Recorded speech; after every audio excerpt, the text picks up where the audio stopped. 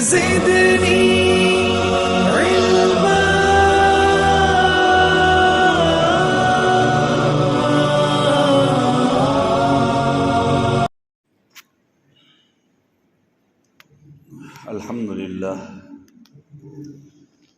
الحمد لله وحده والصلاة والسلام على من لا نبي بعده وعلى آله وأصحابه الذين أوفوا عهده. أما بعد فأعوذ بالله من الشيطان الرجيم. بسم الله الرحمن الرحيم. لقد كان لكم في رسول الله أسوة حسنة. صدق اللہ مولانا العظیم. بزرگان محترم، گزشتہ ہفتے بات ہوئی تھی نبی اکرم صلی اللہ علیہ وسلم کی سیرت مبارکہ کے سلسلے میں کچھ، اور نبی کی شان میں کوئی بھی کچھ بھی نہیں کہہ سکتا، نہ ہم جیسے ناپاک منہ سے یہ زیبا ہے، لیکن بہرحال اپنے لیے ایک سعادت مندی سمجھتا ہوں. ورنہ ایک شاعر تو کہتا ہے، ہزار بار بشویم دہن من از مشک و گلاب، ہنوز نام تو گفتن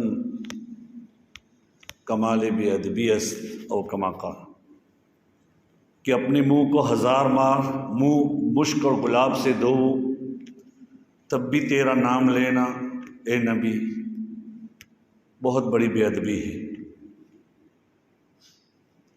یہ تو اللہ کی توفیق ہے کہ ہم نبی کی باتیں کہہ رہے ہیں، نبی کی حیات کے بارے میں آپ کی باتیں. گزشتہ ہفتے ایک بات چل رہی تھی کہ نبی اکرم صلی اللہ علیہ وسلم نے جب ہجرت فرمائی تھی تو مکہ سے خطاب کیا تھا. مکہ سے جو کہا تھا اس کا جملہ یہ ہے، آپ صلی اللہ علیہ وسلم نے جو کہا تھا، آپ نے یہ فرمایا تھا، واللہ انی لا اخرج منک وانی لا اعلم انک احب ارض اللہ الی اللہ واکرمها علی اللہ ولولا ان اہلک اخرجونی منک ما خرجت. اللہ کے رسول نے مکے کو خطاب کر کے فرمایا، اے مکہ میں تجھ سے جا رہا ہوں، تجھے معلوم ہے کہ روئے زمین پر سب سے زیادہ تو مجھے محبوب اور سب سے زیادہ مکرم ہے.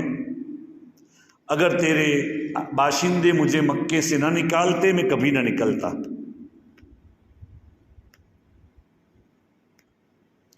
ایک اور روایت میں ہے کہ مکے سے کہا، واللہ انک لاحب ارض اللہ الی واحب ارض اللہ الی اللہ.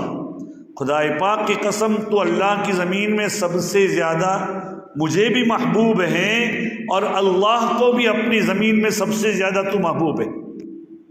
ولولا ان اہلک اخرجونی منک قہرا ما خرجت. اگر تیرے باشندے مجھ پر غالب آ کر نہ نکالتے میں کبھی نہ نکلتا. یہ نبی اکرم صلی اللہ علیہ وسلم نے فرمایا. عزیزو، یہ تو آپ کے بارے میں نے کچھ الگ الگ باتیں کہی تھی. جیسا کہ میں نے کہا تھا کہ اللہ کے رسول صلی اللہ علیہ وسلم پیدا ہوئے، یتیم پیدا ہوئے، تھوڑے ہی سالوں میں باپ کا سایہ اٹھا لیا گیا، بلکہ پیدا ہونے سے پہلے باپ کا سایہ اٹھا لیا گیا. والدہ کا سایہ بھی بعض روایات سے معلوم ہوتا ہے کہ 5 سال اور 10 مہینے کے تھے، اٹھا لیا گیا. دادا کا سایہ بھی 8 سال میں اٹھا لیا گیا. پھر چچا کے حوالے آئے. اس سے پہلے جب پیدا ہوئے ہیں اس کے جو حالات لکھے ہیں پیدا ہونے کے بعد، معلوم ہوتا ہے کہ پیدا ہونے کے بعد عرب کا دستور یہ تھا کہ مکے والے بڑے شرفا اور مالدار اور معزز لوگ کہلاتے تھے، اور ان کے بچوں کو مکہ مکرمہ سے باہر دیہاتوں میں عورتیں دودھ پلانے کے لیے لے جاتی تھی، تاکہ دیہاتی جو فصیح زبان عربی کی ہے ان کو آوے اور وہاں کی آب و ہوا بھی اچھی ہو۔ وہ اپنا دودھ پلاتی عورتیں، اس کے عوض میں ان کے ماں باپ کچھ دیتے تھے۔ نبی اکرم صلی اللہ علیہ وسلم کے وہ 1 سال کا ایک موقع ہوتا تھا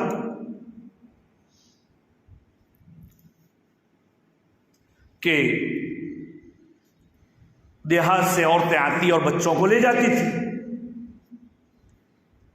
جب اللہ کے رسول کی پیدائش ہوئی اور اس کے کچھ مدت کے بعد دیہات کی عورتیں آئی، مکہ مکرمہ میں جب آ رہی تھی تو سب عورتوں کی سواریاں جو تھی تیز رفتار تھی۔ سیدہ حلیمہ سعدیہ ان کی وہ ایک اتان یعنی گدھی کے اوپر سوار تھی۔ عرب کے گدھے بڑے مضبوط ہوتے ہیں اور اس پر سوار ہونا کوئی بری چیز نہیں ہے، لیکن وہ دبلی پتلی تھی، بہت کمزور تھی، قحط سالی کی بنا پر بھی، اور ان کے گھر میں بھی بڑی پریشانیاں تھیں۔ بکریاں دودھ نہیں دے رہی تھی، یہ گدھی چلنے کے قابل نہیں تھی، لیکن تب بھی اس کے اوپر آئی۔ ان کے جو ساتھی جو سہیلیاں تھیں، ان کے ساتھ آنے والی جو عورتیں تھیں، ان کی سواریاں مضبوط تھی، تو پہلے آ کر بڑے بڑے شرفا اور مالداروں کے بچے لے لیے انہوں نے۔ صرف ایک بچہ رہ گیا، عبداللہ کا یتیم، محمد الرسول اللہ صلی اللہ علیہ وسلم۔ جب حلیمہ سعدیہ مکہ مکرمہ میں داخل ہو رہی تھی، تاریخ میں لکھا ہے کہ ان کے دادا عبد المطلب نے ایک غیب سے آواز سنی۔ سمع عبد المطلب وقت دخول حلیمۃ مکہ ہاتفا یقول ان ابن آمنۃ الامین محمدا خیر الانام وخیرۃ الاخیار ما ان له غیر الحلیمۃ مرضع نعم الامینۃ ہی علی الابرار مأمونۃ من کل عیب فاحش ونقیۃ الاثواب والازرار لا تسلمنہ الی سواہا انہ امر وحکم جاء من الجبار۔ یہ سب عورتیں آئی، سب اپنے اپنے بچوں کو لے گئی۔ عبد المطلب دادا آواز سن رہے ہیں، ادھر وہ عورتیں دیکھتی ہے کہ عبداللہ کا یتیم ہے، لیکن وہ کہتی ہے کہ اس کا باپ نہیں ہے تو کون ہمیں ہدایہ اور تحفے دے گا بعد میں۔ اس لیے سبوں نے اعراض کیا اور مالداروں کے اور یا شرفا کے جو بچے تھے ان کو لے لیا۔ جو حلیمہ سعدیہ رضی اللہ تعالی عنہا جو پیچھے رہ گئی تھی، اور ادھر دادا جان نے بھی آواز سنی، جس آواز کا ترجمہ یہ ہے آمینہ کے امین بیٹے محمد صلی اللہ علیہ وسلم جو بعد میں ہونے والے تھے، جو مخلوق میں سب سے بہتر ہیں اور سب سے چیدہ اور پسندیدہ آدمی ہیں، ان کے لیے دودھ پلانے والی صرف حلیمہ ہے۔ اور حلیمہ کیسی عورت ہے، اس کے اوصاف بتلائے غیب سے، نعم الامینۃ ہی علی الابرار، بہت ہی امانت دار عورت ہیں نیکوکار لوگوں پر، اور ہر قسم کے عیب سے پاک ہیں، اس کے کپڑے اور اس کے دامن بالکل پاک ہیں۔ تم انہی کو سپرد کرو، کسی اور کو یہ بچہ مت دینا، یہ حکم ہے جل جلالہ جبار کی جانب سے۔ یہ گویا کہ غیب سے بھی کیا ہے آواز آئی۔ روایت میں تاریخ میں لکھا ہے فواللہ ما علمت امرأۃ منا الا وقد عرض علیہا رسول اللہ صلی اللہ علیہ وسلم، جو بھی عورت آئی اس کے سامنے رسول اللہ پیش کیے گئے، فتأبا اذا قیل لها بأنه یتیم، تو اس عورت نے انکار کر دیا کہ ہم کو نہیں چاہیے، یہ تو یتیم بچہ ہے۔ ان کو کون لے گا؟ وَذَلِكَ أَنَّا إِنَّمَا كُنَّا نَرْجُو الْمَعْرُوفَ مِنْ أَبَوِي السَّبِيلِ، اور اس وجہ سے کہ ہم بچے کے باپ سے کچھ بھلائی بھی تو چاہتے ہیں، کچھ ہدایہ تحفے بھی چاہتے ہیں۔ بہرحال وہ حضرت حلیمہ سعدیہ آئی، اتنے میں جب آئی ہے دادا اور والدہ نے، حلیمہ جب آئی تو دیکھا کہ کوئی بچہ اور باقی نہیں رہا، صرف ایک بچہ عبد المطلب کا پوتا، عبداللہ کا یتیم، آمینہ کا درے آبدار، وہی رہ رہا ہے اور کوئی نہیں ہے۔ حلیمہ نے کہا دل ہی دل میں کہ اگر کوئی نہیں تو کیا حرج ہے، یتیم ہے تو کیا حرج ہے۔ اپنے شوہر سے مشورہ کیا اور کہا کہ اسی بچے کو لے جائیں، ہم واپس جانے سے بہتر۔ جیسے ہی نبی اکرم صلی اللہ علیہ وسلم کو لیا اور سواری کے لیے واپس ہونے لگی، وہ اونٹ، وہ جو سواری تھی، وہ سواری ایک دم اس کے اندر ایک اللہ نے طاقت پیدا کر دی۔ پہلے تو 2 آدمی سوار تھے، اس پر ابھی بچہ بھی تھا۔ بعض تاریخی روایتوں سے معلوم ہوتا ہے بچے کو بیچ میں رکھا اور آگے حلیمہ کے شوہر بیٹھے، چلنے لگے، سواری نہیں چلی، بہت کوشش کی۔ حلیمہ نے کہا اس بچے کو آگے بٹھاؤ، آگے بٹھایا۔ اس پر تاریخ دان لکھتے ہیں وہ چلنے لگا، چلنے لگی سواری۔ کہا کہ محمد الرسول اللہ کے بچے کو اللہ آگے بڑھانے والے، سردار بنانے والے، اس کو بیچ میں پسند نہیں کیا، اس کو آگے بٹھایا۔ اور جیسے ہی بیٹھے ہیں سواری ایک تیز رفتار سواری کی طرح چلنے لگی، اللہ نے اس میں طاقت پیدا کر دی۔ اب جو اس کی سہیلیاں، ان کے ساتھی، ان کی جو ساتھ آنے والے لوگ تھے، وہ تو پہلے نکل چکے تھے، لیکن یہ سواری اتنی تیز رفتار جا رہی ہے کہ وہ سب سے آگے نکل گئی۔ ارے یہ وہی سواری ہے جو آئی تھی اور پیچھے رہ گئی تھی، پوچھ رہی ہے وہ پوچھنے والی، ان کے جو ساتھ آنے والے، ہاں یہی وہی سواری ہے۔ حلیمہ کہہ رہی ہے اس بچے کے اندر بڑی برکت ہے، اللہ نے رکھی۔ بہرحال وہاں پہنچی اپنے گھر میں لے کر اپنی آبادی۔ حلیمہ سعدیہ بنو سعد بن بکر کی ایک عورت تھی، اسی کی طرف نسبت کر کے ان کو سعدیہ کہتے۔ وہاں لے گئی، قحط سالی تھی، قحط سالی کی بنا پر ان کی بکریوں میں دودھ نہیں تھا، حلیمہ کے سینے میں بھی دودھ نہیں تھا، اس لیے کہ حلیمہ کا ایک اور بچہ اپنا خود کا بھی تھا، اس لیے کہ قحط سالی تھی۔ لیکن جیسے ہی محمد رسول اللہ کو لیا، اللہ نے حلیمہ کے سینے کے اندر بھی دودھ کو کیا کر دیا، بھر دیا، اتار دیا، اور جو بکریاں ان کی گھر پر تھی وہ دودھ سے لبالب ہو گئی اس کے تن۔ ارے اس بچے کے اندر تو بڑی خیر ہے۔ جب بکریاں چرانے جا رہے ہیں روزانہ، حلیمہ کی بیٹی تھی شیمہ، جو اللہ کے رسول کی رضائی باہن تھی، بعد میں اللہ نے روایتوں سے معلوم ہوتا ہے ان کو بھی ہدایت دے دی تھی۔ تو شیمہ اسی لیے ایک موقع پر جب حوازین کے اوپر اللہ کے رسول صلی اللہ علیہ وسلم کا فتح مکہ کے بعد بنو حوازین یعنی طائف کے قریب میں ایک جگہ پر حملہ ہوا، اور ان کے 6000 آدمی، بچے اور عورتیں قید ہو کر آئے، سب کے ان لوگوں نے بڑا مقابلہ کیا۔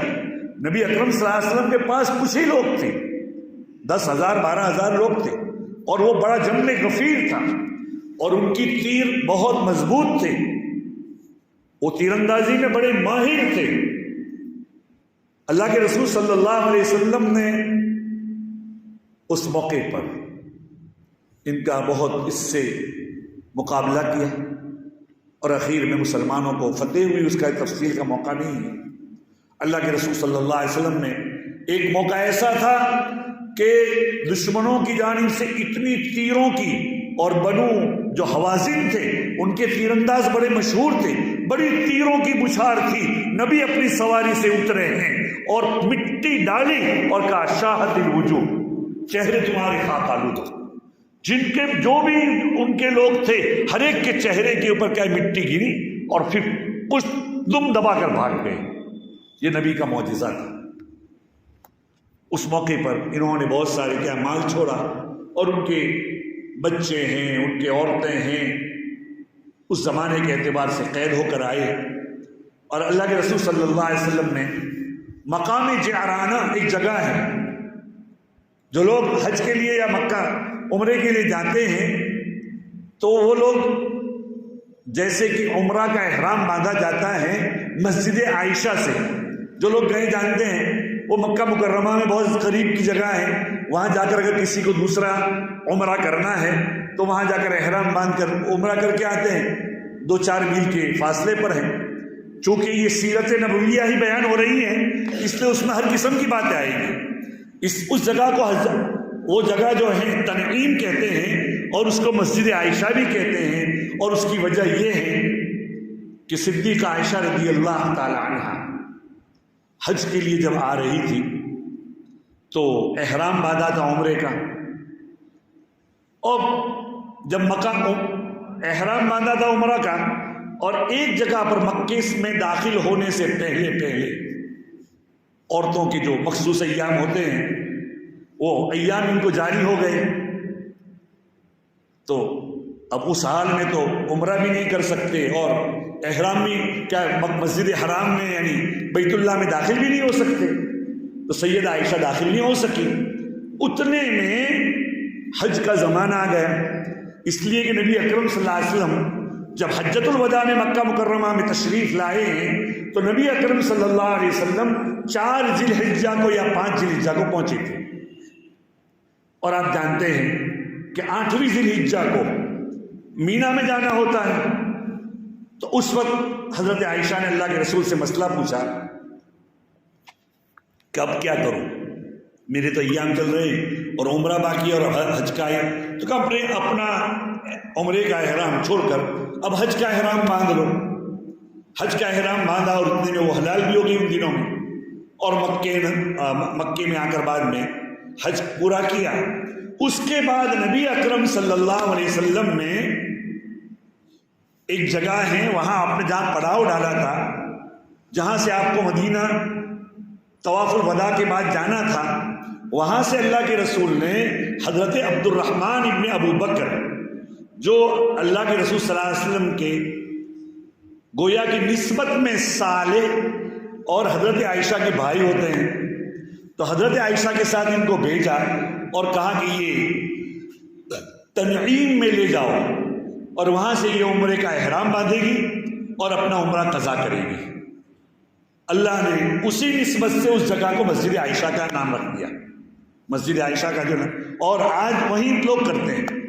تو جو لوگ مکہ میں جو عمرہ کے لیے جاتے ہیں دوبارہ عمرہ کرنا چاہتے ہیں، تو چونکہ اللہ کے رسول نے ایک عمرے کا احرام باندھا تھا مقام جعرانہ سے، اس کو جعرانہ بھی کہتے ہیں، اور یہ طائف کے راستے پر تقریباً 25-30 میل کے فاصلے پر ہوگا، یعنی کچھ زیادہ فاصلہ ہے، لیکن جو لوگ جانتے ہیں جو اللہ کے رسول کے عاشق ہیں بہت سے لوگ گئے ہیں، میں بھی وہاں گیا ہوں 2 مرتبہ۔